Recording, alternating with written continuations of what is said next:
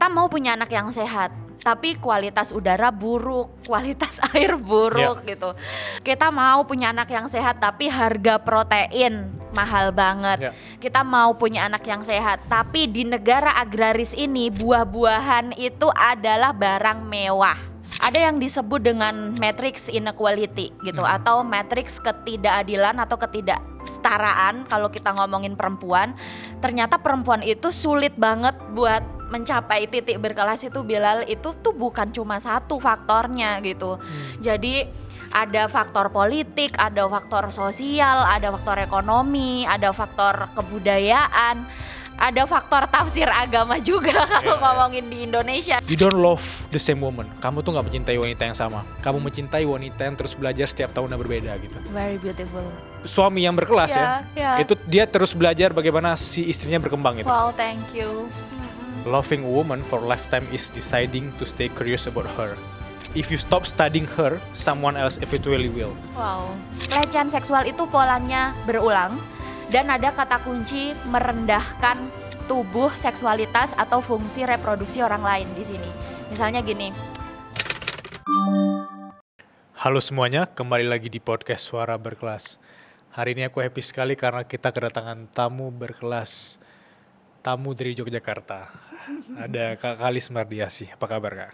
Halo Bilal, seneng banget bisa diterima di sini. Alhamdulillah. Kak Kalis, mungkin teman-teman di sini belum kenal siapa Kak Kalis. Karena aku sendiri tahu karena Kakak tuh menulis buku-buku keren gitu ya. Buku-buku yang sering teman-temanku baca dan akhirnya aku mengundang Kakak ke sini. Tapi kalau bisa aku gali lebih detail, siapa itu Kalis dan apa yang teman-teman bisa dapat dari obrolan kita hari ini? Aku Kalis Mardiasih. Sampai sejauh ini aku sudah menerbitkan 7 buah buku. Semuanya bertema keadilan untuk perempuan, biasanya mewacanakan kesetaraan gender dalam Islam. Mungkin kalau teman-teman di Instagram atau di platform media sosial lainnya mengenal aku sebagai storyteller untuk pengalaman perempuan dan keadilan sosial.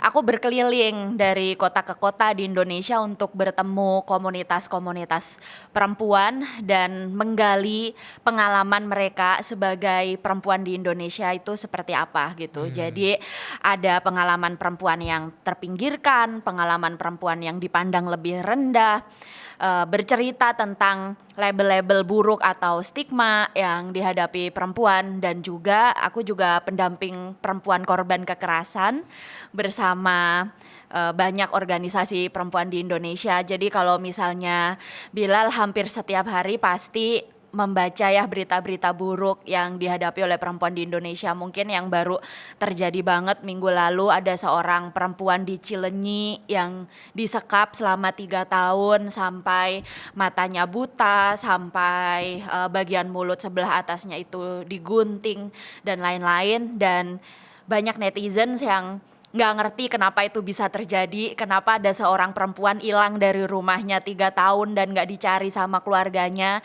Dan mereka banyak pertanyaan kenapa, bahkan sebagian menyalahkan korban kayak gitu tuh kalau pacaran makanya jangan mau diajak tinggal bareng dan sebagainya. Jadi tiap hari sebenarnya aku ngurusin kasus kekerasan yang lumayan overwhelmed juga, tapi itu yang membuat kemanusiaanku terus tumbuh di isu ini. Wow. Apakah itu panggilan jiwa atau sesimpel ada motivasi lain di balik itu? Kenapa terus ngurusin ini? Karena pasti ada orang yang bertanya kayak, Kalis kenapa kamu gak ngurusin dirimu sendiri sebagai perempuan, tapi kenapa kamu ngebantu teman-teman perempuan lainnya gitu? Oke. Secara background aku bukan dari keluarga kaya atau keluarga miskin. Aku nggak bilang menengah ke bawah ya, karena menurut bahasa teori ekonomi sosialnya tuh memang harus disebut miskin gitu. Ibu aku dulu seorang pekerja rumah tangga, tetapi aku merasa aku bisa menjadi aku yang sekarang. Itu aku mengalami lompatan vertikal yang luar biasa. Ada istilahnya social mobility atau mobilitas sosial. Dan aku selalu membandingkan apa ya yang membedakan aku dengan ibuku gitu. Ibuku yang tidak bisa mengambil keputusan sendiri, ibuku yang banyak nangis, ibuku yang gak berdaya. Tetapi kenapa bisa ada Kalis yang sangat spoken, ada Kalis yang yang hari ini yang bisa nulis, yang punya banyak teman, yang punya courage atau bisa bangkit gitu ya, selalu kalau misalnya dari keterpurukan atau ketakutan itu aku bisa lawan gitu. Dan ternyata jawabannya adalah menurut aku dari literasi yang pertama, karena ketika sekolah aku bertemu dengan buku-buku, dari buku-buku itu aku punya imajinasi lain tentang bagaimana caranya menjadi perempuan. Misal ketika aku baca surat-surat Kartini, ketika aku baca bukunya Marjan Satrapi atau tokoh-tokoh perempuan lain gitu. Dari literasi itu aku tahu, oh ternyata jadi perempuan tuh boleh rebellious ya. Ya. Jadi perempuan tuh boleh nakal, jadi perempuan itu boleh punya pendapat sendiri gitu. Dan juga dari pendidikan tentunya gitu. Aku jadi tahu betapa pengetahuan ya, pengetahuan itu nggak selalu harus berpendidikan tinggi gitu, karena ada juga perempuan-perempuan yang tidak mengalami pendidikan lewat pendidikan formal seperti perempuan-perempuan adat yang ada di pesisir, yang ada di hutan di Indonesia itu mereka nggak mengalami pendidikan formal, tetapi pengetahuan membuat mereka bisa sangat teguh gitu untuk punya keputusan gitu. Nah dari literasi, dari pengetahuan itulah aku merasa oh ternyata perempuan tuh bisa berkelas gitu kalau ya kalau menurut Bilal gitu. Nah, di situ aku jadi punya lanskap lain dalam memandang perempuan. Ada yang disebut dengan matrix inequality gitu atau matrix ketidakadilan atau ketidaksetaraan kalau kita ngomongin perempuan. Ternyata perempuan itu sulit banget buat mencapai titik berkelas itu, Bilal, itu tuh bukan cuma satu faktornya gitu. Jadi ada faktor politik, ada faktor sosial, ada faktor ekonomi, ada faktor kebudayaan, ada faktor tafsir agama juga kalau ngomongin di Indonesia gitu. Dan itu adalah tema bukuku ya, buku pertamaku judulnya Muslimah yang Diperdebatkan. Itu ngomongin tentang gimana pemahaman agama khususnya Islam di Indonesia misalnya membuat perempuan justru nggak empowered gitu, membuat mereka mengisolasi dirinya sendiri dan banyak hambatan atau tantangan lain, obstacle yang mereka hadapi gitu. Dan kalau ngomongin tadi aku storyteller pengalaman perempuan ya, pengalaman perempuan tuh beragam banget, mulai dari pengalaman tubuh sampai pengalaman sosialnya. Pengalaman tubuh misalnya kalau yang membedakan dengan laki-laki, perempuan itu mengalami menstruasi, laki-laki nggak ngalamin gitu ya, menstruasi, kehamilan, menyusui, laki-laki nggak ngalamin, dan laki-laki tuh bisa berkelas hanya karena nggak ngalamin itu semua gitu ya. Nggak, kalau perempuan itu harus ngalamin itu. Dan menstruasi itu aja pengalamannya dari ribuan. Pengalaman perempuan hamil itu ribuan pengalaman. Pengalaman perempuan melahirkan itu ribuan pengalaman. Pengalaman perempuan menyusui itu ribuan pengalaman. Tapi sayangnya kalau kita ngomongin perempuan yang ideal tuh gimana? Seolah-olah tuh cuma satu gitu. Oh, perempuan yang ideal tuh kamu boleh berdaya, tapi kamu harus tetap lembut, kamu harus tetap santun, kamu harus menikah, kamu harus punya anak, dan kamu harus menjaga keluargamu dengan baik. Padahal perempuan tuh nggak satu, ada ribuan, bahkan ada jutaan pengalaman perempuan di dunia ini, dan kebanyakan itu belum disuarakan. Dan itulah kenapa aku pengen jadi voice for the voiceless, karena pengalaman aku ketemu perempuan tadi, ribuan perempuan di puluhan kota di Indonesia itu memang mereka bahkan nggak bisa menyuarakan pengalamannya sendiri karena ada banyak tantangannya, Bilal. Ya. Dan Suara Berkelas happy sekali bisa memberi kesempatan untuk kakak bersuara di sini ya. Makasih banget. Karena aku yakin ini akan mewakili banyak perempuan-perempuan yang mungkin mereka nggak ngelihat titik atau cahayanya gitu untuk mereka jadi yang wanita perempuan berkelas tadi ya. Betul. Kadang-kadang tuh kayak aku dulu ya mikirnya ketika aku mulai bercerita di Instagram. Jadi dari Facebook kemudian pindah ke Instagram gitu, karena aku penulis panjang. Aku nggak bisa nulis pendek. Ya, penulis panjang. Aku kira nulisin tentang pengalaman perempuan paling berapa bulan selesai.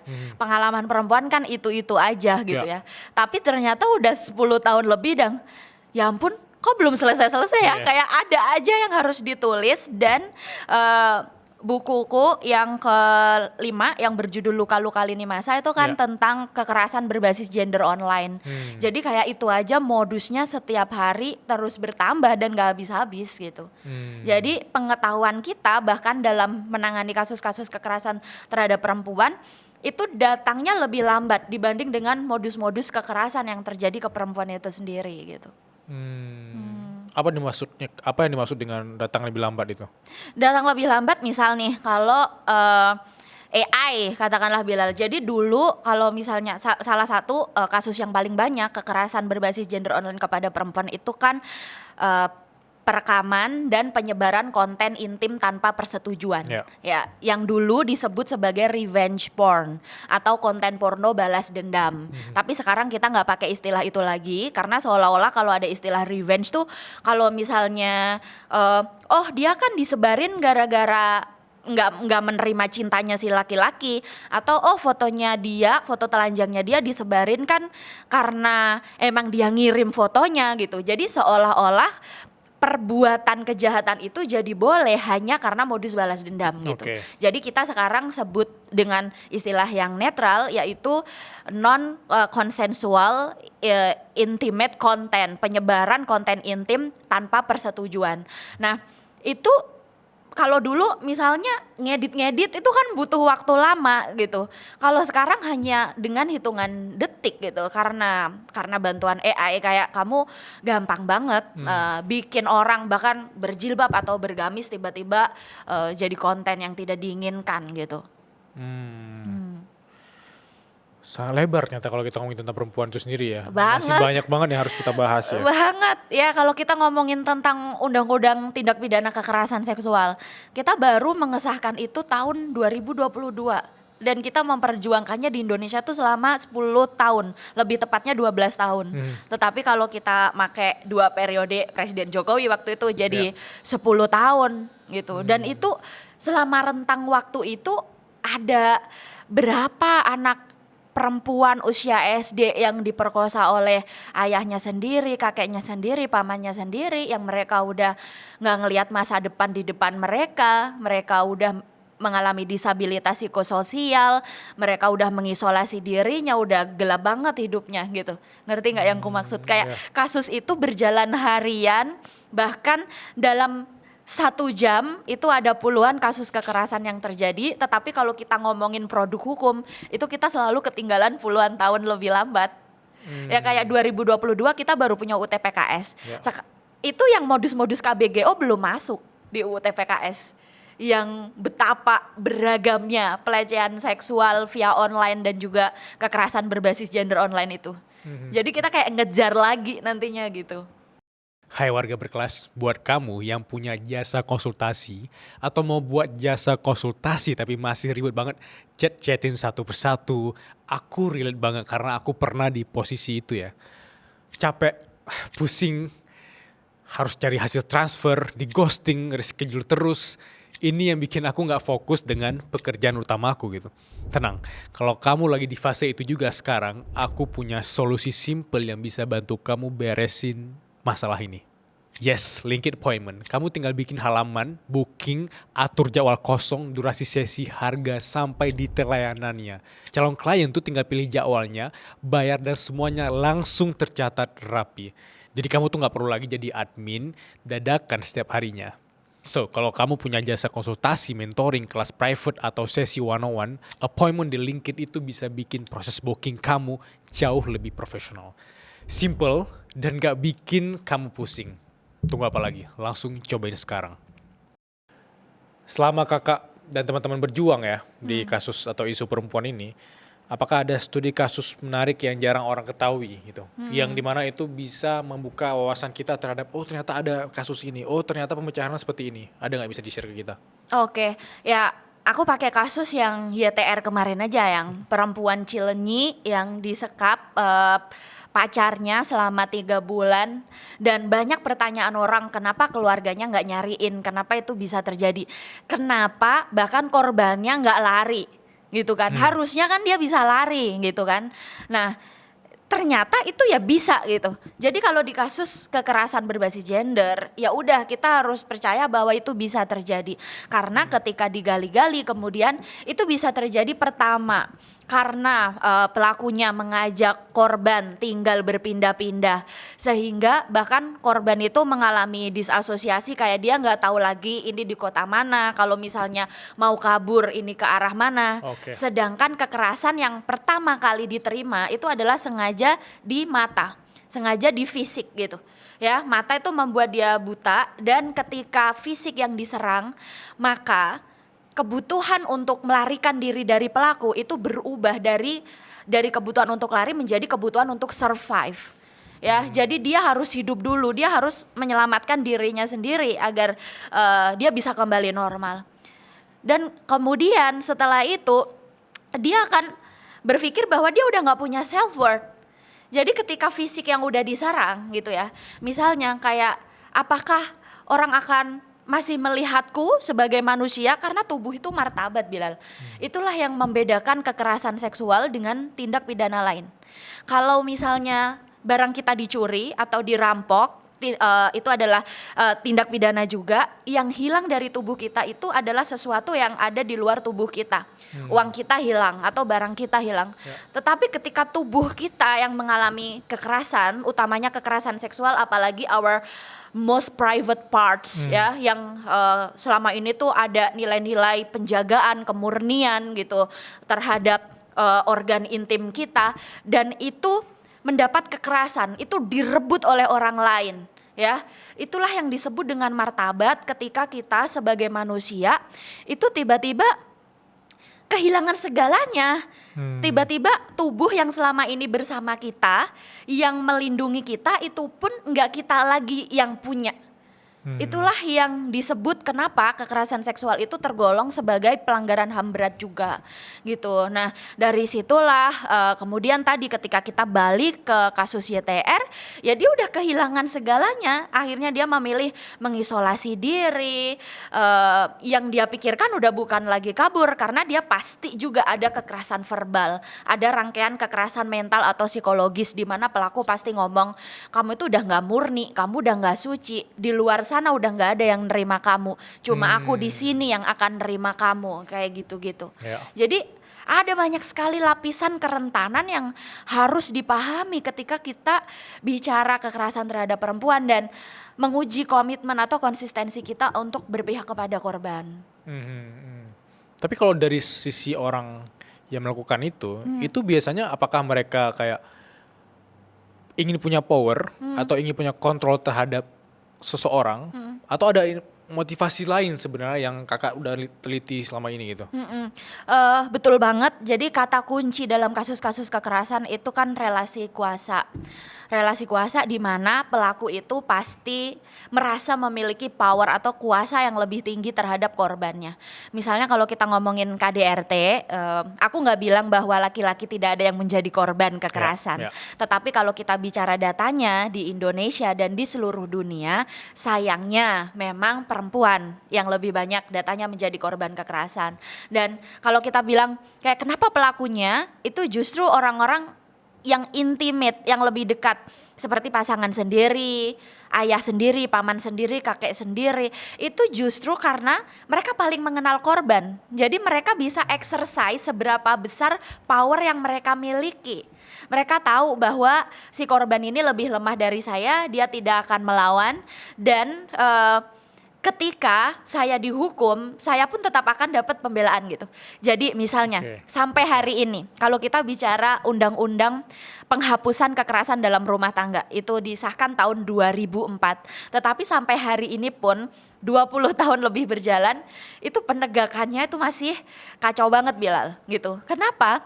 Karena bahkan masih banyak orang-orang di dalam struktur hukum sendiri itu yang merekonsiliasi antara pelaku dan korban, berusaha mendamaikan gara-gara gini. Misal kalau datang ke kantor polisi gitu ya, misalnya kayak gini, ibu nggak takut jadi janda kalau misalnya ngelaporin suami sendiri, nanti kalau suaminya di penjara, anaknya nggak punya bapak loh bu, nanti ibu cari uang sendiri loh bu. Jadi pelaku aku itu tahu banget dia nggak akan dihukum, dia Iya. pasti akan dibela sama saudara-saudaranya. Itu ibu-ibu yang ngelaporin kekerasan, kamu nggak jadi istri yang taat kali, jadi suamimu sebel sama kamu, jadi kamu Ya. dipukul, harusnya kamu sabar gitu misalnya. Dan itu diperkuat dengan banyak sekali nilai atau kultur kebudayaan. Misalnya kalau di Jawa, nggak tahu kalau di Aceh, kalau di Jawa ada peribahasa mikul dhuwur mendem jero. Itu ngangkat tinggi-tinggi, maksudnya ngangkat martabat suami atau keluarga tinggi-tinggi. Mendem jero itu memendam penderitaan dalam-dalam, atau kalau ada aib gitu ya, dianggapnya aib, itu pendem aja. Itu demi alasan harmoni sebuah lembaga keluarga. Jadi gak gampang gitu untuk orang bisa keluar dari siklus toksik atau abusive. Makanya biasanya kalau perempuan yang udah punya pengetahuan atau yang udah lebih di kota gitu ya, pasti bilang kayak, kenapa sih orang nggak bisa lepas dari pasangannya yang toksik, udah tahu abusive, tinggalin aja gitu. Iya, iya. Nggak segampang itu, nggak semua perempuan itu seberdaya itu gitu. Jadi walaupun misalnya aku katakan kalau karena aku udah lama di isu ini, bahkan ketika perempuan itu bahkan nggak bisa kabur gitu ya dari pasangannya yang abusive, belum tentu dia nggak empowered, belum tentu dia nggak berdaya ya, karena bisa jadi dia udah tahu bahwa dia adalah perempuan korban kekerasan, tapi dia menghitung banyak hal, misalnya karena dia nggak punya rumah, misalnya karena rumah yang dia tempati itu atas nama suaminya. Jadi kalau dia berpisah, nanti anak-anaknya tinggal di mana? Anak-anaknya juga udah terlanjur sekolah di daerah itu misalnya.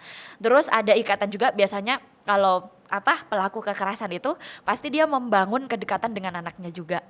Jadi kayak justru anaknya nih yang membuat ibunya nggak bisa meninggalkan siklus kekerasan itu gitu. Jadi ada banyak sekali yang Iya. yang ketika kita mendampingi para penyintas. Oke. Wah. Aku jadi penasaran, apakah dari pengalaman Kak Kali sendiri itu tuh bisa memetakan potensial pria red flag di luar sana gitu. Karena maksudku gini, bisa jadi semua itu akan terkesan manis di awal, tapi ketika sudah masuk ke fase berumah tangga segala macam, banyak sekali kasus-kasus KDRT terjadi di rumah tangga itu tuh justru jadi hal nggak ketebak gitu loh. Kayak misalnya, benar. wah aku nggak bisa ngeliat dulu suamiku dulu harusnya baik-baik aja, tapi sekarang makin kesini tuh udah kelihatan aslinya gitu. Untuk mencegah itu gitu, ini bukan untuk menakut-takuti, tapi itu untuk mencegah itu agar tidak terjadi atau tidak semakin meluas. Ini nih sedihnya ya, aku selalu bilang bahwa kita tuh lebih mudah untuk mencegah itu ketika lembaga pernikahannya belum terjadi. Jadi ketika kamu masih pacaran, di dalam relasi romantis yang pacaran, itulah saatnya kamu benar-benar mengeksersis apakah pasanganmu itu ada tanda-tanda kekerasan atau enggak. Tapi kalau sudah menikah kan kita melibatkan banyak sekali, ada sistem di situ, ada keluarga besar di situ, ada undang-undang formal yang kalau misalnya kita mau ninggalin pasangan juga ngurusnya ribet banget gitu kan. Kalau masih pacaran, aku rasa ya, kalau kekerasan fisik sekali aja tinggalin. Ya, jadi kalau misalnya ada cekcok terus tiba-tiba dia mukul, dia nampar, itu udah enggak. Karena kekerasan fisik itu puncak dari kekerasan itu kan femisida atau pembunuhan perempuan. Dan di bawah itu kalau kita ada yang disebut dengan piramida kekerasan. Piramida kekerasan yang paling bawah itu adalah menormalisasi pelecehan, candaan, ejekan, ledekan gitu ya. Dan puncaknya itu adalah pembunuhan perempuan. Setingkat di bawah pembunuhan perempuan itu adalah kekerasan fisik. Jadi kekerasan fisik yang dinormalisasi terus-menerus gitu ya. Misalnya hari ini kamu dipukul helm, besokannya kamu ditampar pipi, besokannya kamu bisa kepalamu dijedotin di tembok, besokannya kamu bisa diikat tanganmu dibuang ke sungai gitu ya. Jadi kalau misalnya ada ini seriusan ini dari kasus-kasus yang terjadi, itu sebetulnya puncak kekerasan terhadap perempuan itu udah ada dulu tanda-tanda kekerasannya dalam waktu yang lama, tetapi biasanya ada perempuan-perempuan juga yang severe complex. Dan juga mungkin ini gara-gara norma gender tradisional yang bikin perempuan merasa bisa menyelamatkan laki-laki. Dengan kelembutanku, dengan femininitasku, pasti laki-laki ini akan berubah. dia kayak gitu itu bukan karena dia pelaku kekerasan kok, dia pasti lagi pusing gara-gara dimarahin bosnya di kantor, gara-gara nggak dapat pekerjaan, gara-gara emang pola didik orang tuanya dulu yang seperti itu. Jadi ada perempuan-perempuan yang selalu nemuin alasan untuk memaafkan ketika dia menjadi korban kekerasan gitu ya. Jadi kalau kekerasan fisik itu langsung tinggalin, tetapi kalau ada misal nih kita ngomonginnya kekerasan tuh ada 4, Ya. kekerasan verbal, kekerasan psikis atau mental, kekerasan ekonomi, dan kekerasan fisik. Jadi kalau di antara 3 kekerasan lainnya, misalnya ada kekerasan ekonomi tuh ini nih ini kan eranya judol gitu ya. Ya. Nah, jadi identitas kamu dipakai nih pacar kamu buat judol gitu. Atau dia minjem-minjem duit mulu dengan alasan-alasan yang manipulatif. Itu kekerasan ekonomi. Nah, terus ada kekerasan mental atau psikis gitu. Kayak dia ngelarang-larang kamu, aku kan udah ngasih tahu kamu ya, aku tuh nggak suka kalau kamu nongkrong di sana. Kamu tuh bego ya kalau dibilangin. Aku tuh kayak gini tuh demi kamu gitu ya. Nah itu tuh kekerasan mental atau Oke. psikis. Terus kekerasan verbal tuh yang bodoh gitu, ngata-ngatain gitu ya dengan kata-kata buruk. Nah di antara kalau yang terjadi 3 kekerasan ini, menurut aku kamu set standar atau set boundaries atau limit kamu bakal maafin dia berapa kali. Wah, oke. Jadi Good point. kalau terulang, aku ngasih dia batasan 4 kali dan abis itu aku putus, ya udah putus gitu. Dan putusnya berarti dengan keputusannya bijak ya, karena Betul, udah menentukan betul. oke, 4 Karena udah kali. kamu catet nih, Ya. dicentang sekali, 2 kali, 3 kali Ya, ya. gitu. Tapi Kak, aku nggak bisa move on gimana gitu. Memang itu cinta di saat prefrontal cortex belum terbentuk penuh. Iya, iya. Ya. 25 tahun ke bawah Iya, biasanya ya. alhamdulillah Bilal udah melalui ya, udah Ya, saya udah. udah lebih lah, udah penuh nih otaknya. Tapi karena aku sempat baca-baca juga dari bukunya Kak Kalis yang Luka-Luka Lini Masa, di sini ada menyebutkan kekerasan digital gitu ya.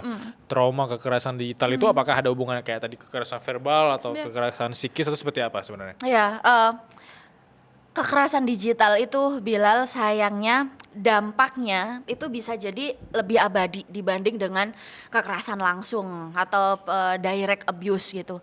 Jadi kalau misalnya ya kekerasan fisik tentu saja traumanya juga nggak hilang gitu. Kalau misalnya dampaknya hidungnya hilang atau mulutnya hilang, nauzubillah min dzalik gitu Iya, ya. iya. Itu kan juga kamu akan bersama tubuh yang menerima kekerasan itu seumur hidup.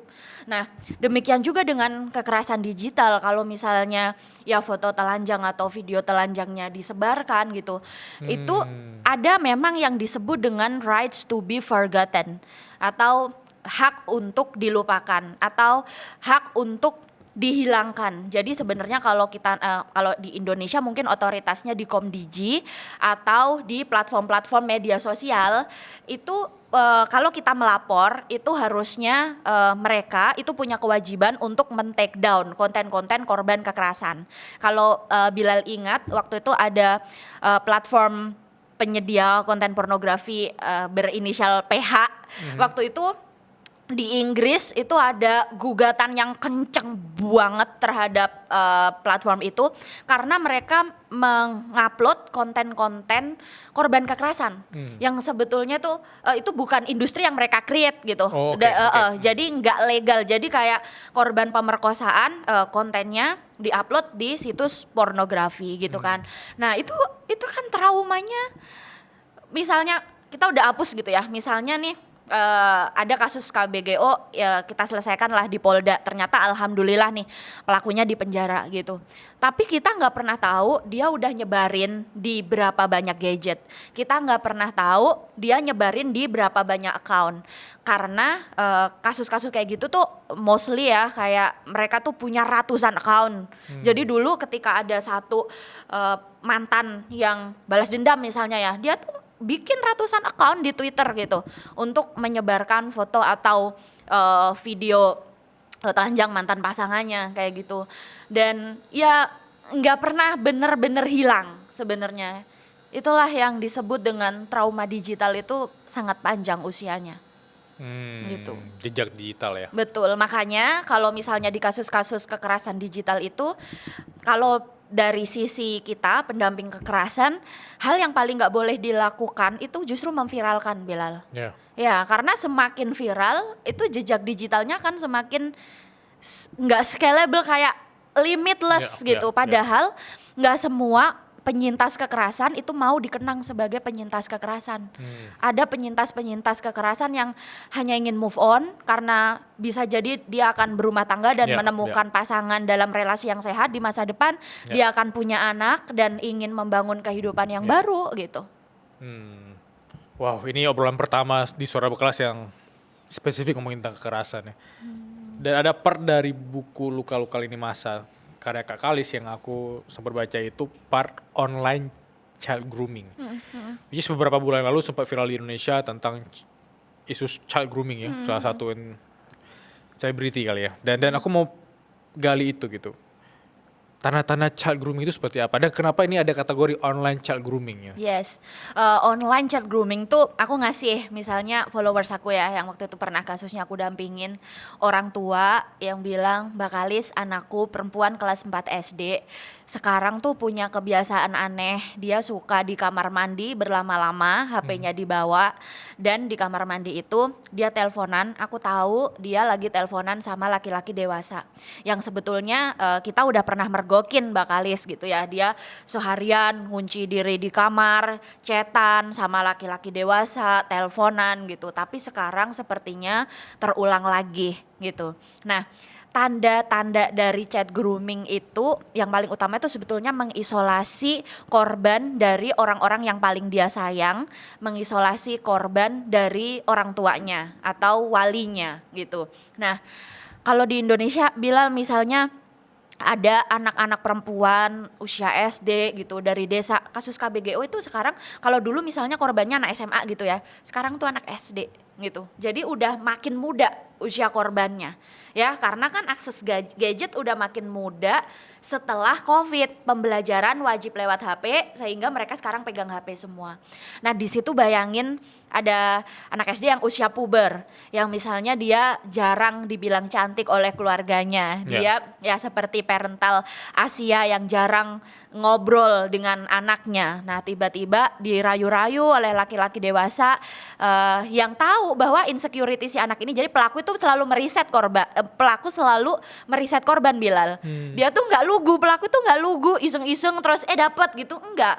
Pelaku tuh sebetulnya udah ngeriset kayak, oh anak ini tuh insecure nih sama hidungnya, anak ini insecure nih sama bentuk tubuhnya, sehingga ketika nge-approach ke si korban, pelaku akan bilang, kata siapa sih hidung kamu jelek, kata siapa sih bentuk tubuh kamu jelek, kamu tuh manis tahu. Kalau nggak percaya, coba kamu foto dari angle sini, coba deh kirimin aku video kamu pakai baju seksi misalnya. Tuh kan, kamu nggak jelek, tuh kan kamu itu menarik banget di mata aku.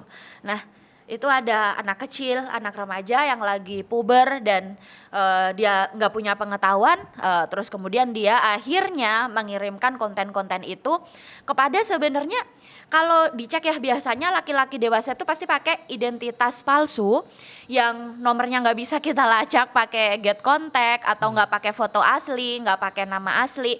Kemudian ternyata konten-konten itu dijual di konten penyedia konten intim ilegal, kayak gitu tuh banyak sekali. Dijual dengan harga yang murah, Bilal, bisa paketan 50.000 dapat berapa konten gitu-gitu. Berarti sebanyak itu kasusnya di Indonesia sekarang? Sebanyak itu. Di buku Luka-Luka Lini Masa itu ada data dari Ekpat langsung dan juga dari Interpol yang ngurusin kasus kekerasan digital terhadap anak. Karena pemakai gadget anak itu udah 93%, dan kalau kita ngomongin 7%-nya ya paling yang bener-bener gak punya sinyal gitu loh. Artinya mereka, dan kalaupun mereka gak punya sendiri, mereka mengakses lewat second partnya, jadi kayak minjem kakaknya gitu-gitu. Di sini juga ada kalimat yang bilang body shaming atau pendekatan dengan panggilan sayang gitu ya. kadang orang nggak bisa bedain mana body shaming mana enggak gitu. Kalau misalnya apakah kamu dipuji atau kamu dibilang oh kamu Banget. kayak sorry for saying body Pelecehan. kamu bagus banget gitu ya. Yes. Tapi itu tanpa Oke. disadari itu sebenarnya bentuk menuju ke pelecehan. Oke, jadi banyak kan yang bilang bahwa oh feminis sekarang tuh galak-galak banget ya. Perasaan yang dulu boleh, kenapa sih sekarang semua-semua nggak boleh gitu. Nah, apa sih yang membedakan pujian, bahkan ya dianggapnya kan praise gitu kan dengan pelecehan seksual. Kalau misalnya bilang, oh kamu cantik sekali atau tubuh kamu bagus gitu ya, akhir-akhir ini lagi diet ya atau lagi olahraga ya gitu. Nah kalau itu diucapkan sekali dan memang dengan sebagai bentuk ketulusan atau hormat, oke, kita anggap itu sebagai pujian. Tetapi biasanya pelecehan seksual itu polanya berulang dan ada kata kunci merendahkan tubuh, seksualitas atau fungsi reproduksi orang lain di sini. Misalnya gini, tubuh kamu bagus banget ya, aku ngelihatnya dari tadi aku jadi nggak konsen loh. Ada sesuatu yang bikin aku nafsu misalnya. Dan itu diucapkan berulang-ulang oleh teman kantor. Kamu harus banget ya pakai baju ini, aku nggak tenang tahu dari tadi. Kayak gitu. Dan kita misalnya untuk menguji itu, kita bisa, misal kita nggak nyaman. Kita kan tahu banget ya sebenarnya kamu otentik aja, being otentik terhadap diri kamu nyaman atau enggak. Nah, misalnya ketika kamu nggak nyaman gini, aku agak nggak nyaman sebenarnya ketika kamu tadi manggil aku pakai panggilan itu. Bisa nggak panggil aku pakai nama biasa aku aja? Aku lebih merasa dihormati ketika kamu langsung panggil nama daripada panggil Dinda sayang misalnya. Atau ketika kamu ngomentarin tubuhku dengan cara seperti ini. Nah, ketika besokannya dia ngulangin itu lagi, itu pelecehan. Gitu aja ukurannya. Karena kita udah set standar bahwa jangan panggil aku itu gitu ya. Iya, jadi kalau misalnya nanya nih, kenapa kamu belum nikah-nikah sekali gitu ya, kan kita jawab nih alasan rasionalnya. Ya karena memang belum bertemu pasangan yang tepat aja. Tapi besoknya dia ulangin lagi, kamu kenapa sih belum nikah-nikah, emangnya gak pengen? Kamu kalau butuh teman kencan, istriku nggak apa-apa dok, kok kalau kamu jadi istri kedua aku. Itu tuh kasus yang terjadi di kantor-kantor. Aku juga fasilitator pelatihan untuk pencegahan kekerasan seksual di lingkungan kerja. Kasus pemaksaan kencan itu tinggi banget. Wah, dan itu paling umum terjadi di dunia kerja ya. Yes, perselingkuhan, pemaksaan kencan. Tapi selama ini secara data, apakah dari gender laki-laki rata-rata? Gender laki-laki sih sayangnya. Ya karena kalau kita ngomongin relasi kuasa, itu ada relasi kuasa itu dibentuk dari fisik. Misalnya laki-laki merasa fisiknya lebih gede. Laki-laki merasa ya itu tadi ya, maksudnya society akan lebih memaklumin kalau laki-laki itu genit atau laki-laki itu nakal gitu. Dan kalau di dunia kerja bahkan biasanya laki-laki itu man in power. Jadi dia seorang bos, dia seorang pimpinan yang dia bisa mutasi kalau lo ngelawan, dia bisa nggak ngasih bonus kalau lo ngelawan, dia bisa nggak merekomendasikan kamu pegang proyek tertentu atau promosi tertentu kalau lo ngelawan. Dan di lingkungan kerja, brotherhood itu tuh terbentuk dari hal-hal yang ringan, misalnya bareng ya kan, terus ngobrol-ngobrol kayak ketika lagi ya jokes-jokes sesama brotherhood gitu. Tapi kalau pemimpin perempuan itu nggak punya akses informal yang kayak gitu. Mereka tuh mendaki tangga-tangga kepemimpinan dalam bidang profesional sekuat tenaga aja. Ketika rapat aja kadang masih dipanggilnya Dek, sensi banget sih Dek gitu. Jadi nggak dilihat dia secara kapasitas profesional dia. Dan aku sering kok ketemu beberapa orang yang emang bawaan jokesnya itu lebih ke jokes yang mengarah ke arah sana gitu ya. Mungkin karena itu dinormalisasi, Betul. jadi kalian anggap biasa aja gitu. Di tongkrongan dia. Di tongkrongan, di dunia kerja gitu. Kadang mengarahnya kepada si wanita itu sendiri gitu. Tapi di level apa jokes itu yang bisa harusnya kita normalisasi itu aman, sama jokes yang justru bisa menyudutkan orang atau jokes yang bisa mengarah ke arah-arah pelecehan gitu. Ya, penghinaan terhadap tubuh, seksualitas, fungsi reproduksi. Tadi tubuh misalnya kayak ngomentarin kalau ke perempuan gitu ya bentuk payudara, bentuk pantat gitu. Terus seksualitas tuh misalnya nanyain udah kawin belum tapi dengan tendensi-tendensi yang merendahkan. Atau misalnya perempuan kepala keluarga yang ditanyain kok udah berapa lama jadi janda, kok belum nikah lagi. Nah itu seksualitas. Atau fungsi reproduksi, kok belum hamil. Misalnya kalau di laki-laki tuh sering banget jadi korban pelecehan fungsi reproduksi tuh misalnya kok lu udah 5 tahun nikah tapi bini lu belum jadi-jadi, bisa gak sih lu sebenarnya? Oh, Nah itu kan, ya. tapi kalau laki-laki gak ngerasa itu pelecehan gitu. Karena, sorry to say ya, jadi akhir-akhir ini mulai ada kesadaran juga nih di kalangan laki-laki tentang pelecehan. Karena misalnya ada juga banyak gitu ya perempuan-perempuan yang masih menormalisasi komentar pelecehan terhadap tubuh biasanya artis. Kayak perutnya kayak roti sisir, rahim anget dan sebagainya. Ada kayak gitu. Tapi coba lihat di kolom komentarnya. Biasanya kalau yang dari perempuan itu udah paham kalau itu pelecehan. Tetapi yang sesama allies laki-laki atau bro culture ini yang kadang-kadang kayak gitu aja sensi banget sih gitu. Ada artis aktor musisi laki-laki yang akhirnya sampai bilang nggak usah diviralin karena dia malu. Ketika laki-laki jadi korban itu dia lebih berat dari korban perempuan karena dia malu. Kenapa kok nggak ngelawan? Atau misalnya ada stigma tertentu ketika laki-laki dilecehin tuh berarti lu nggak maskulin. Sehingga lo dilecehin gitu. Wow, menarik sekali ketika kita ngomongin ini ya. Karena aku ngerasa teman-teman yang menonton ini juga pasti selama ini kurang dapat insight tentang itu sendiri. Tapi izinkan aku untuk menanyakan hal lain. Karena banyak sekali yang ingin aku tanyakan di sini, termasuk buku-buku dari Kak Kalis lainnya yang sempat terkenal sekali. Salah satunya Parenting di Negara Gagal. Karena beberapa temanku itu upload di IG story-nya dan aku penasaran nih siapa yang nulis dan ternyata Kak Kalis, so aku menanyain hari ini gitu ya. Parenting di Negara Gagal. Biar orang gak salah nangkap gitu ya. Apa parenting di negara gagal dengan bahasa Kak Kalis yang mudah?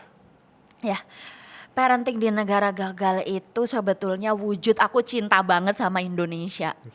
Karena aku cinta banget sama Indonesia, aku mau bilang jangan sampai gagal.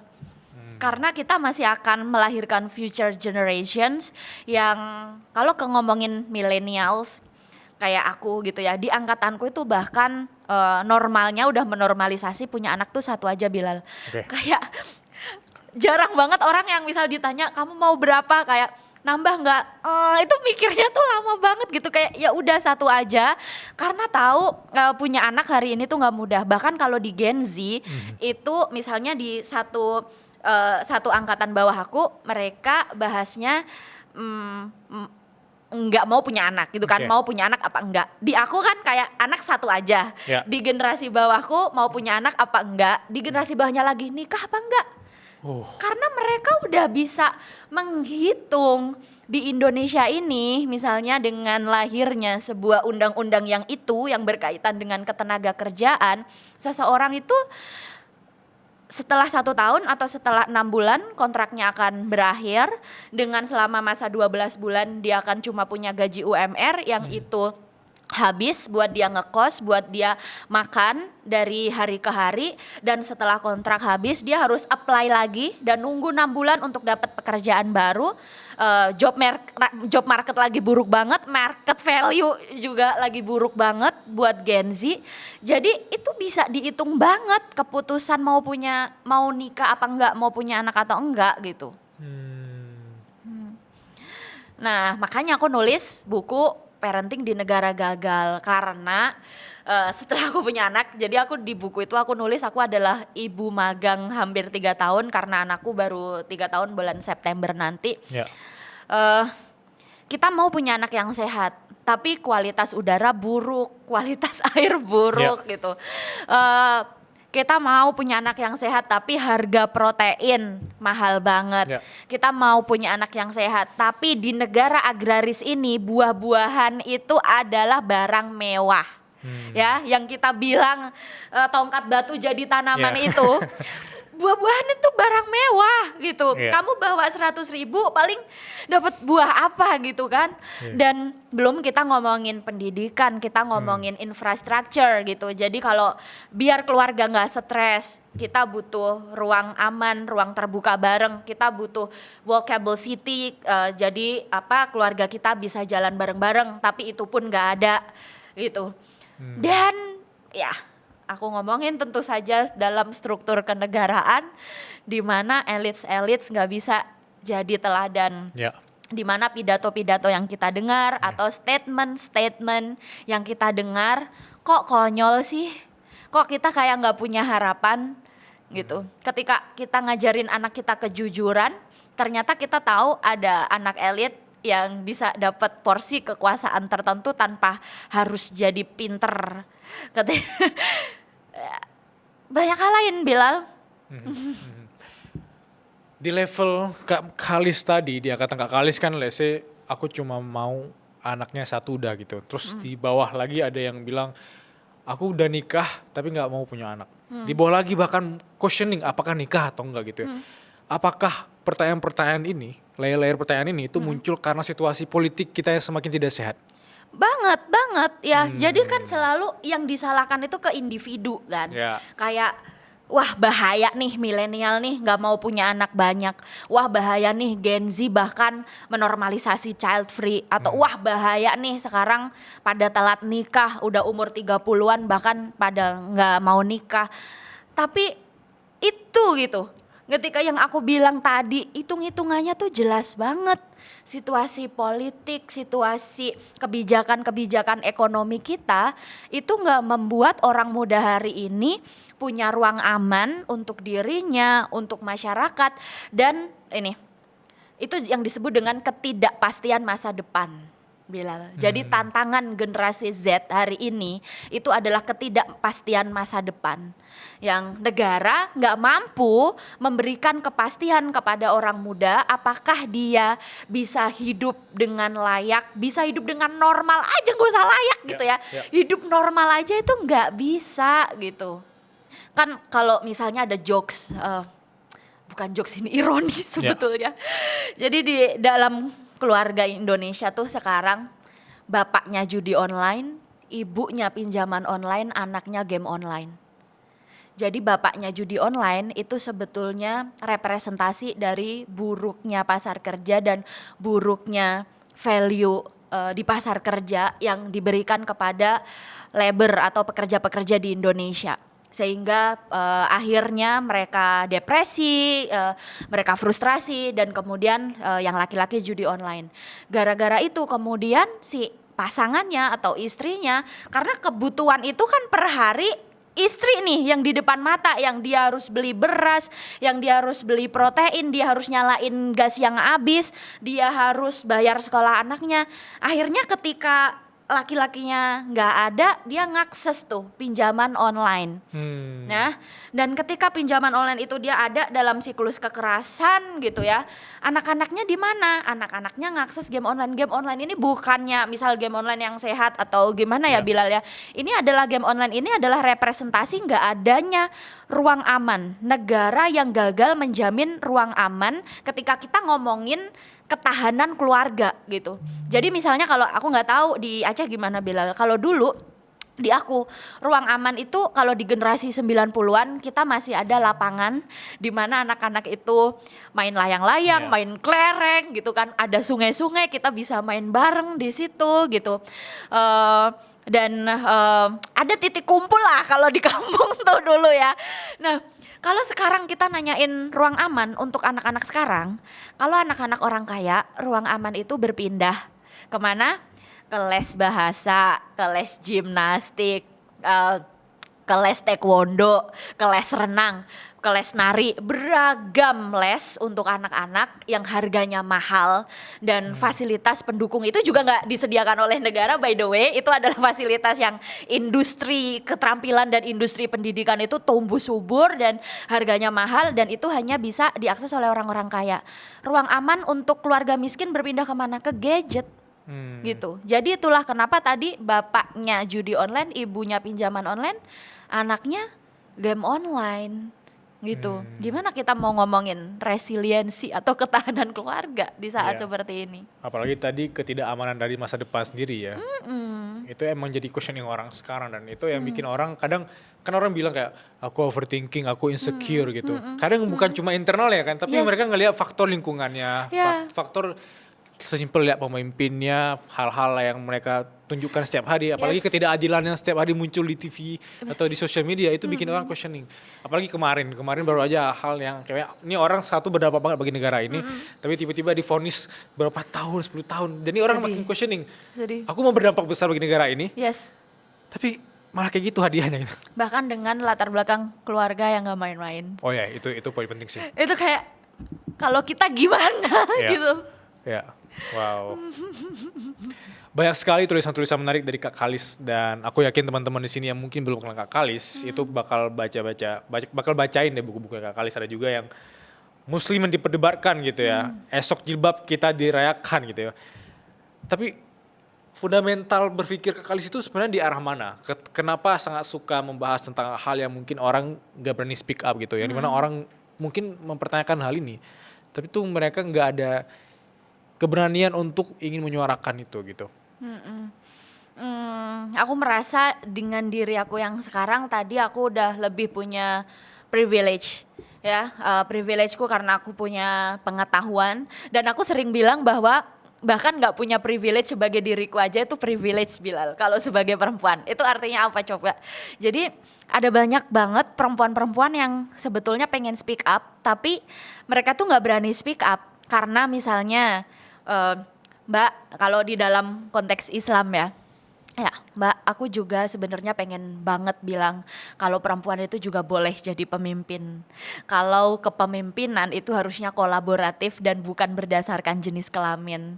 Tapi suami aku kan pemilik lembaga agama A. Ya. Jadi aku nggak mungkin ngomong gitu, terima kasih Mbak Kalis udah wakilin. Kayak gitu. Jadi itulah kenapa aku bilang bahwa somehow nggak punya privilege itu juga privilege. Karena ketika aku ngomong tuh nggak ada pekerjaan yang aku pertaruhkan, keluargaku juga nggak ada di mana-mana gitu ya. Jadi kayak ya udah bener-bener freedom Yeah. dan liberate aja sih melakukan semua ini kayak gitu. Dan aku tahu bahwa kalau ngomongin hak perempuan itu kan kita ngomonginnya nyawa ya, Yeah. tadi Bilal. Jadi itulah kenapa aku nggak berhenti gitu. Jadi kalau misal Mbak, tapi kan dengan Mbak Kalis belain hak perempuan kan hatersnya banyak gitu, dianggap perempuan sesat, dianggap perempuan yang lepas aja jilbabnya, Ya. perempuan Islam kok ngajarin hal yang nggak bener kayak gitu. Stigmanya kan banyak, mendidik istri untuk nggak mematuhi suaminya, Iya, iya, iya. misalnya kayak gitu kan. Tapi aku sadar kalau yang resiko yang ada di aku kan cuman stigma aja kok, cuman label aja kok, cuman komentar di internet. Tapi ketika aku berhenti hari ini, perempuan-perempuan yang ada dalam keterbatasan mereka, yang hari ini mereka nggak punya kemerdekaan, ya perempuan di Afghanistan, yang nggak usah di Afghanistan, di Indonesia juga banyak, itu resiko yang mereka tanggung itu tiap detik dalam hidup mereka. Mereka ada dalam hidup dan matinya.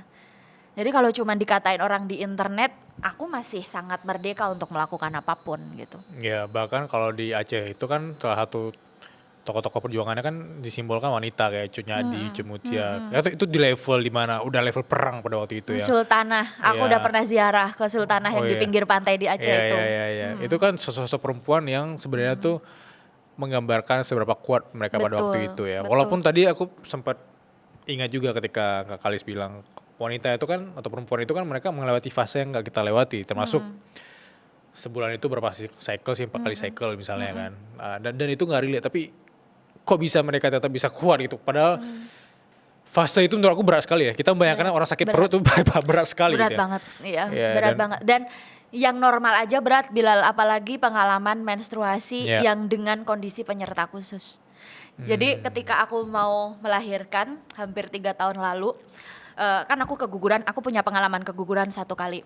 Terus habis itu aku mau melahirkan.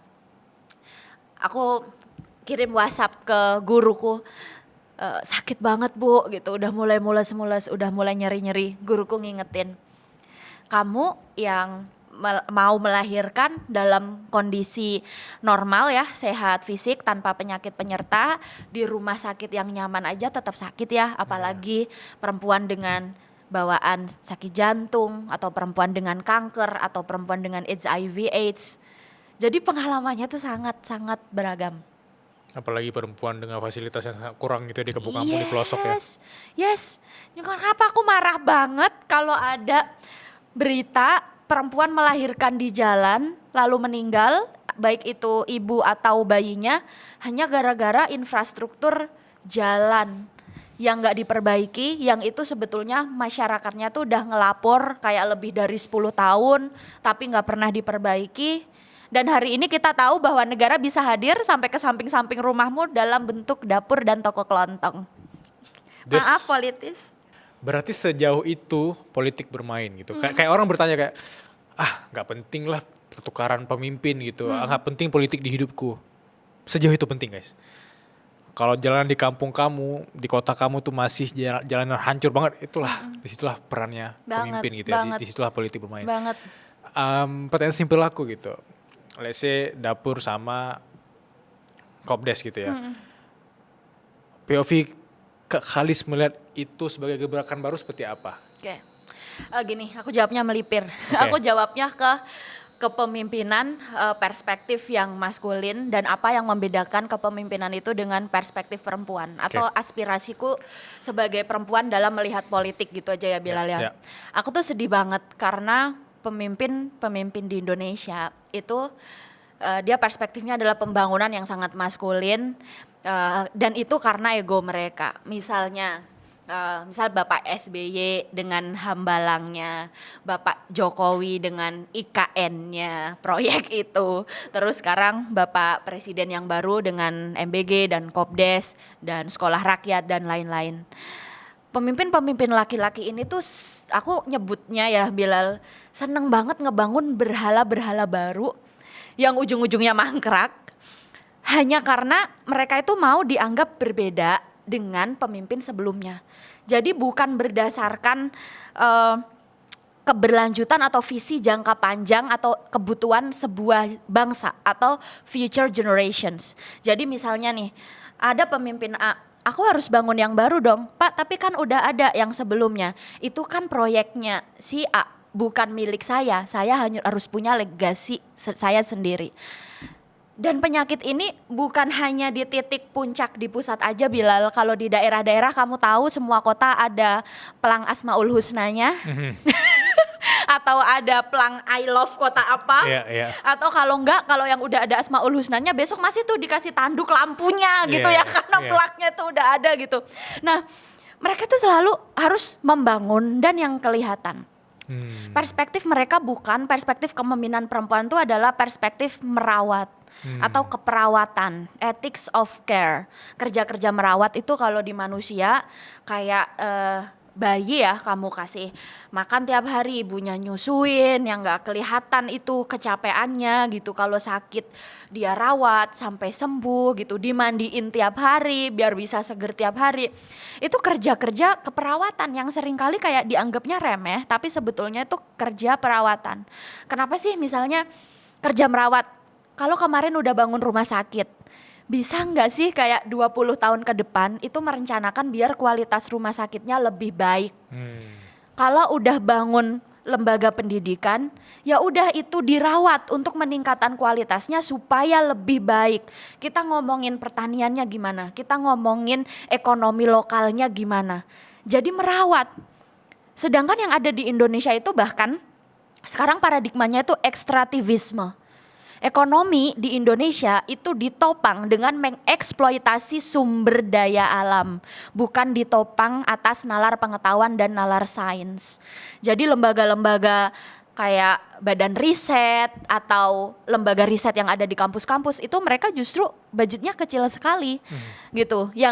Kalau misalnya undang-undang tuh yang paling cepat dan bisa terjadi dalam satu malam tuh undang-undang yang kaitannya sama energi, sama pertambangan, sama perdagangan gitu.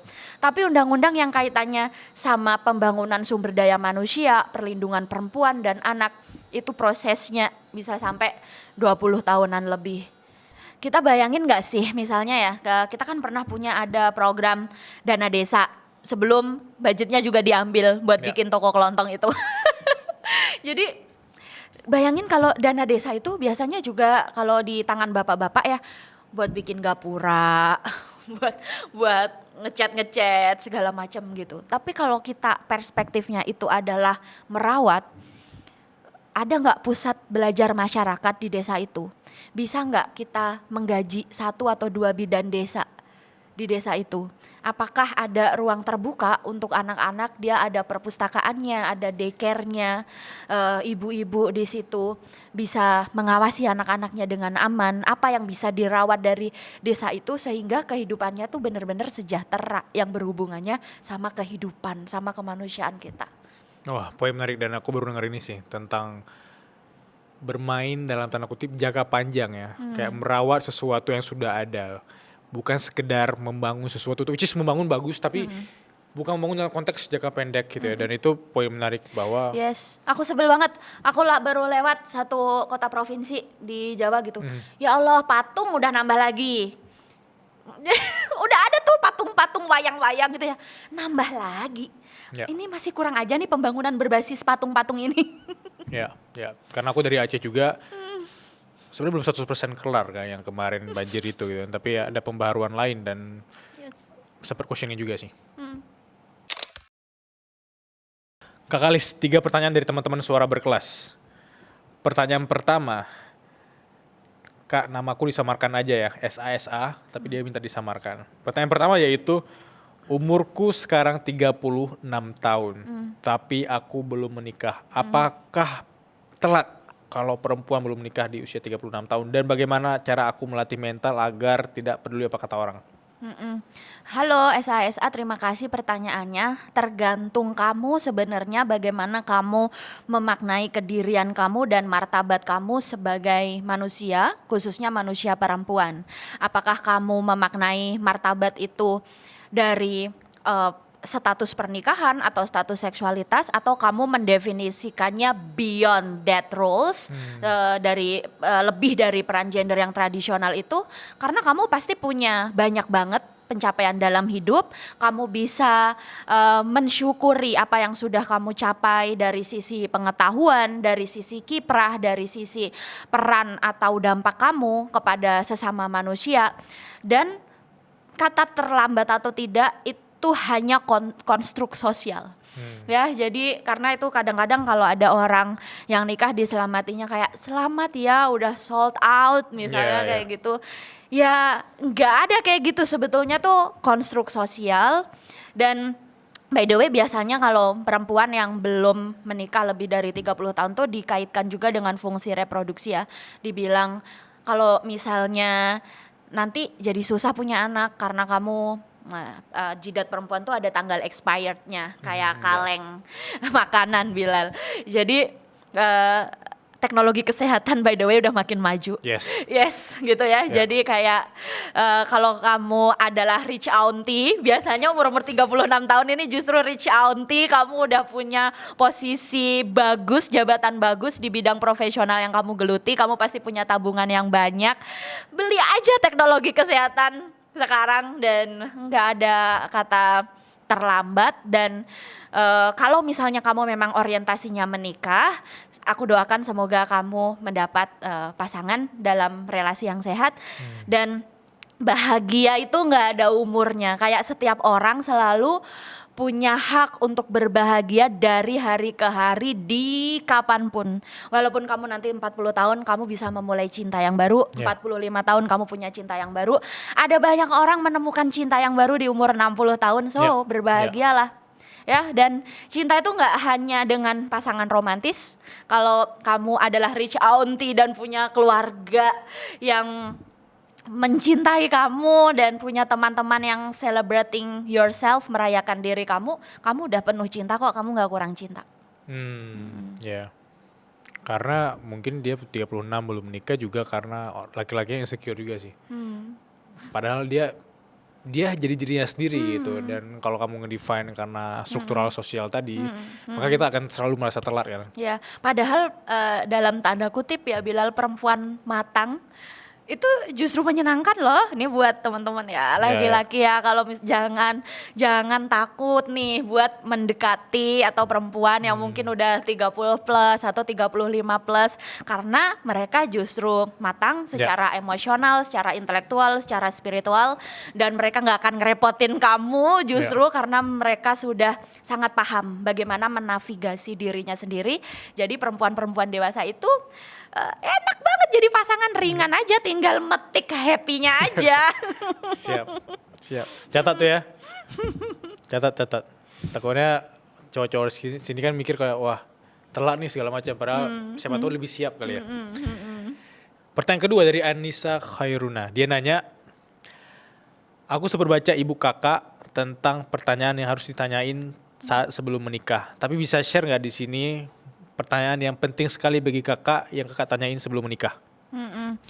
Ya, aku nulis ebook, aku jual di Linkit. Ada iklannya di situ.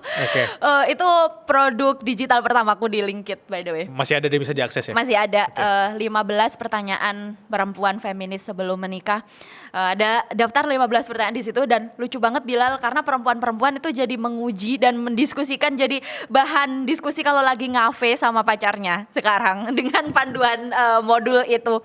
Ada pertanyaan tentang bagaimana pendapat pasanganmu tentang kesetaraan gender, bagaimana pendapat pasanganmu tentang nafkah, bagaimana pendapat pasanganmu tentang uang, bagaimana pasanganmu memaknai kepemimpinan perempuan, bagaimana pandangan pasanganmu tentang keluarga besar, tentang anak disabilitas, dan banyak banget sih Bilal.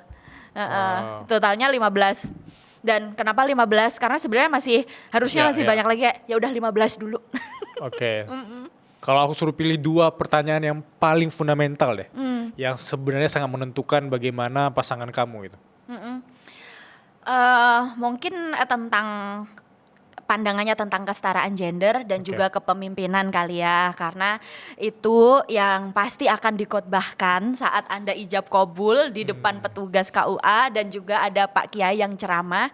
Itu umumnya ceramahnya pasti laki-laki, Bapak sekarang Anda adalah pemimpin, Ibu istri Anda sekarang adalah harus dibimbing laki-laki, keluarga itu seimbang ketika yang satu memimpin, yang satu taat mutlak gitu kan.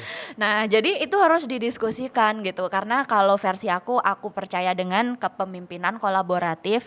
Jadi kepemimpinan itu tidak dikategorikan atau ditentukan berdasarkan jenis kelamin, hanya karena kamu laki-laki sehingga kamu bisa memimpin, atau karena kamu perempuan sehingga kamu nggak bisa jadi pemimpin. Tetapi hari ini kalau suamimu misalnya jagonya manage keuangan, bisa jadi justru yang manage keuangan tuh suami. Karena biasanya kan istri menteri keuangan tuh, nggak juga, banyak istri yang boros juga dan bikin keluarga kolaps gitu kan. Kalau misalnya suamimu jago masak atau jago ngasuh anak, ya bisa jadi dia harus mengerjakan kerja-kerja keperawatan gitu. Atau istrinya yang misalnya dia punya jabatan lagi bagus banget di kantornya, atau misalnya ketiban rezeki untuk PhD di luar negeri, dan suaminya justru harus melepaskan pekerjaannya demi ikut istrinya. Nah, segala sesuatunya itu kan harus dibicarakan dengan kolaboratif, bukan berdasarkan jenis kelamin. Nah, yang kedua adalah pandangan soal nafkah dan definisi uang, bagaimana dia memaknai uang gitu. Karena ini tuh kayak gak habis-habis Bilal perdebatannya di TikTok. Ini lagi muncul kayak, kalau laki-lakimu gak bisa princess treatment, gak bisa ngasih kamu 30 juta per bulan, bla bla bla. Apalagi ada istilah laki-laki mokondo dan lain-lain yang itu merendahkan laki-laki banget gitu ya. Jadi itu benar-benar harus didiskusikan bagaimana mendefinisikan nafkah. Karena kalau dulu laki-lakiku, karena dia tahu aku gender equality warrior gitu kan, dia nanya, Mbak Kalis, kamu masih percaya sama konsep nafkah gak sih gitu. Nah, kalau aku dari guru agamaku ya, tentu saja sebetulnya ayat nafkah itu kenapa gitu kita mengenal nafkah itu digantunginnya ke laki-laki, dan dibilang di ayat nafkah itu karena diberikan kelebihan sebagian dari kamu sehingga kamu harus memberikan kelebihan itu kepada sebagian yang lainmu, artinya ke istrinya. Karena apa? Karena zaman dulu yang punya kekuatan fisik, yang punya akses kepada ekonomi, yang punya akses kepada politik dan sosial tuh memang laki-laki, ya karena situasinya yang masih gurun pasir, belum ada listrik, segala macam, sedangkan perempuan punya reproductive labor atau kerja-kerja reproduktif ya. Jadi ketika perempuan hamil, melahirkan, menyusui, dia kan nggak bisa tuh mengakses sumber-sumber ekonomi, politik, sosial dan lain-lain, sehingga yang menempuh pengetahuan gitu juga laki-laki gitu kan. Kalau zaman sekarang misalnya kalau pendidikan formal, karena istrinya hamil, yang pendidikan spesialis dokter duluan ya laki-lakinya gitu.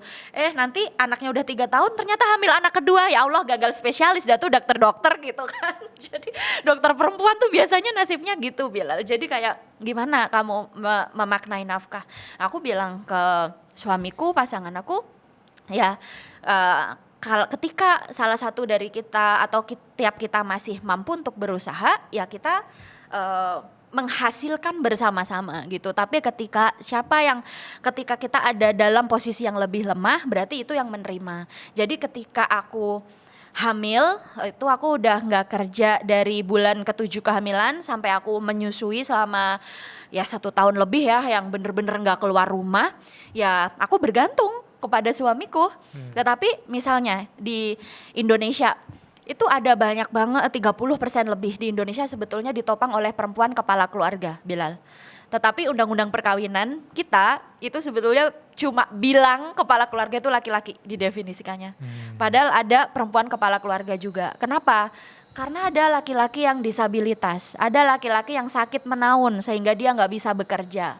Ada keluarga yang laki-lakinya meninggal dan lain-lain gitu ya, sehingga jadi aku nggak relate ya sama perdebatan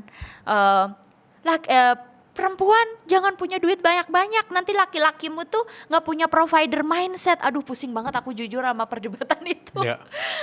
Bahkan kalau di versi religiusnya, harta istri yang bekerja itu dibilang nggak berkah dan lain-lain. Ini lagi trending lagi akhir-akhir ini.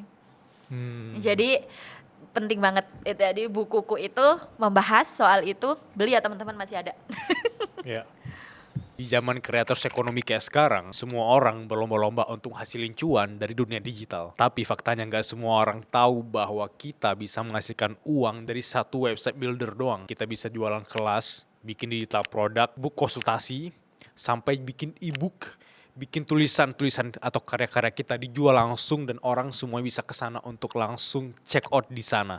Jadi kita bisa sambil tiduran 24 jam, kita tidak harus mengontrol website builder tersebut, tapi uang bisa tetap masuk dari karya kita. Aku bakal kasih solusinya. Solusinya ada di Link ID atau Linkit, dan aku udah pakai Linkit sejak tahun 2022 dan itu memudahkan sekali kalau kita sebagai kreator menghasilkan uang dan semua orang bisa akses karya kamu di sana. Misalnya kamu penulis kayak aku, kamu bisa bikin e-book, even orang-orang bisa konsultasi sama kamu dengan bikin appointment di sana dan mereka bisa menentukan jadwalnya, menyesuaikan dengan jadwal kita sebagai penulis. Bahkan yang menariknya, meskipun kamu belum punya produk digitalmu sendiri, kamu bisa affiliatein produk orang di Linkit dan itu luar biasa banget. Banyak kreator-kreator di luar sana nggak punya produk sendiri tapi bisa hasilin 2 digit, 3 digit per bulan di Linkit.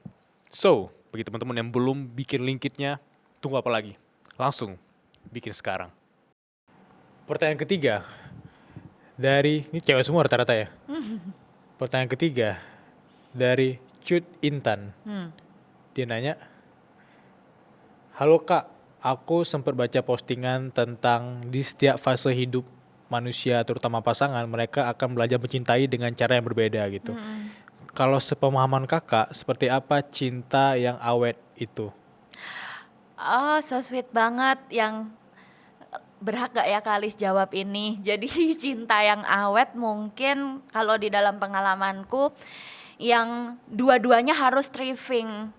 Jadi gak bisa yang satu maju 10 langkah tapi yang satu ketinggalan.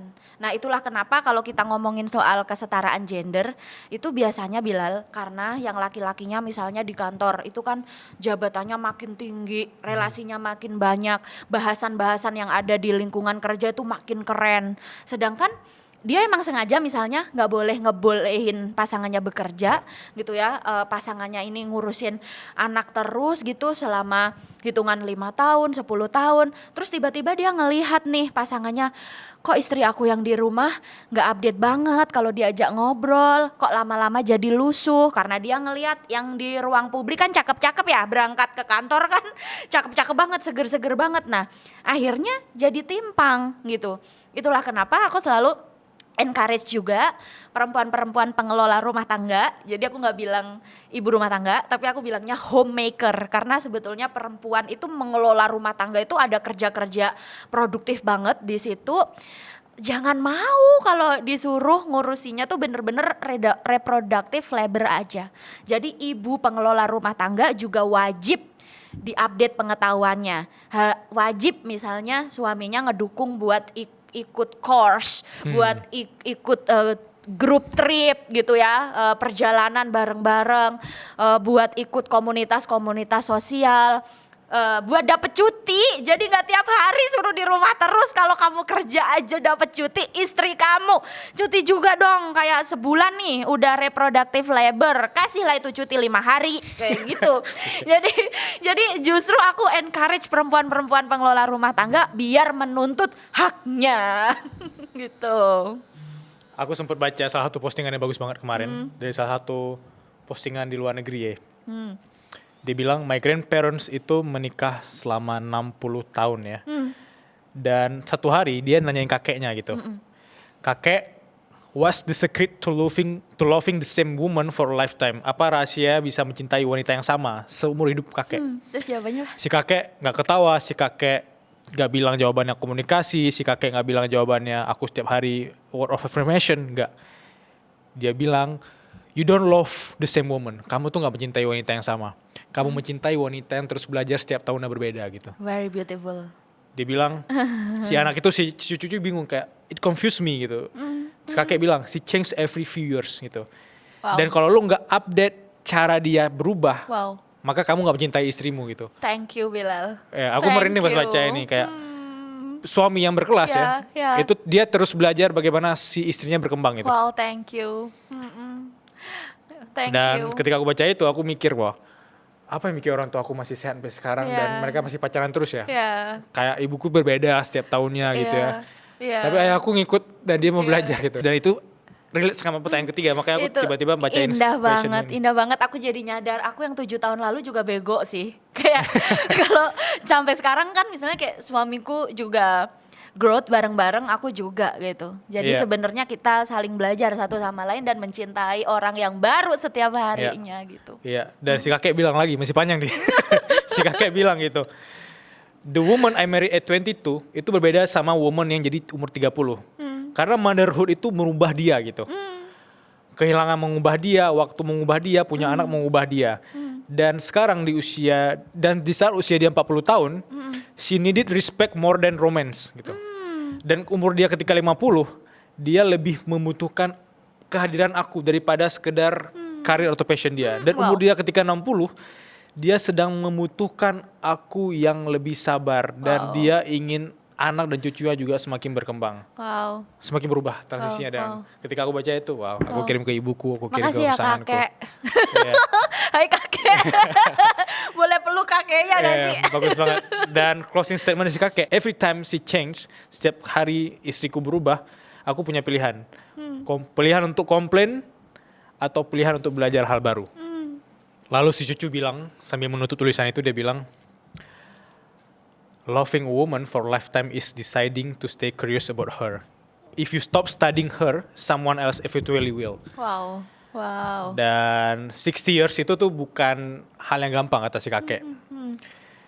Itu gak mudah, tapi dia ngerasa itu segalanya mudah karena setiap hari dia belajar tentang satu ilmu yang sama, ilmu istri. Kalau menarik ilmu istri gitu. Kayak dia tuh melakukan riset yang panjang, ya itu istrinya itu objeknya gitu. Dan kita harap suami-suami berkelas menonton ini gitu ya. Iya, iya, dan juga istri-istri berkelas juga. ya. Jadi kayak paham nggak sih kenapa kalau kita nanya nggak bosen apa gitu ya ketemu dengan orang yang sama setiap hari? Ternyata enggak, karena kita ketemu diri yang berbeda setiap harinya, yang bisa kita cintai lebih dan lebih. Genrenya jadi romance ya tiba-tiba. Dari awal tadi yang agak tegang dikit, tiba-tiba ujungnya mau menuju ke romance ya. Atau karena gini, aku pernah berpikir hal ini, mungkin kakak lebih paham ini. Kayak aku berpikir kan, misalnya, let's say aku di umurku sekarang 50. Tapi wanita yang aku nikahi dan dia umurnya juga 50, itu bisa jadi sama kayak aku bertemu dia di umur 25 kan. Tapi orang melihat beda, wah udah tua, udah nenek gitu, udah jadi kakek. Tapi mata kita tuh dia juga evolving kan. Evolving. Itu sih aku mikirin kayak, wah aku ngelihat ayahku sama ibuku aja sekarang walaupun mereka udah berubah, udah tua, tapi kayak masih sama kayak aku pas SD deh. Iya, karena ya loving is caring. Jadi semakin banyak kita membagi bagian dari diri kita ke orang lain, itu tuh cintanya tuh jadi berlimpah berlipat ganda gitu. Ya. Beneran jadi romance tiba-tiba ya. Oke, sebelum kita tutup aku menanyakan hal simpel ini. The worst advice yang pernah kakak terima? Best advice, oke. Jawabannya adalah gini, biasanya banyak yang komplain. Oke, perempuan nuntut haknya, tapi bisa nggak sih biasa aja, nggak usah pakai marah-marah, nggak usah pakai teriak-teriak gitu ya. Terus jawabanku adalah nggak bisa. Perempuan di Indonesia tuh kurang marah, kurang teriak. Kayak tiap hari kita ngelihat perempuan dibunuh, perempuan jadi korban kekerasan, perempuan gak bisa sekolah hanya karena dia perempuan, perempuan gak bisa membela dirinya hanya karena dia perempuan. Dan kita gak boleh marah, kita harus menjadi perempuan tenang. Gak bisa, itu worst advice. Kita tuh harus rebel. Harus marah bersama-sama. Rebel demi memperjuangkan hak ya. Terima kasih banyak Kak Kalis sudah kesuruh berkelas. Sehat terus, dan bagi teman-teman yang mau baca buku-buku keren ini atau mau akses e-book kerennya bisa juga langsung di Linkit. Dan ya selamat membaca, selamat konsumsi karya-karya keren dari Kak Kalis. Makasih semuanya, sehat terus.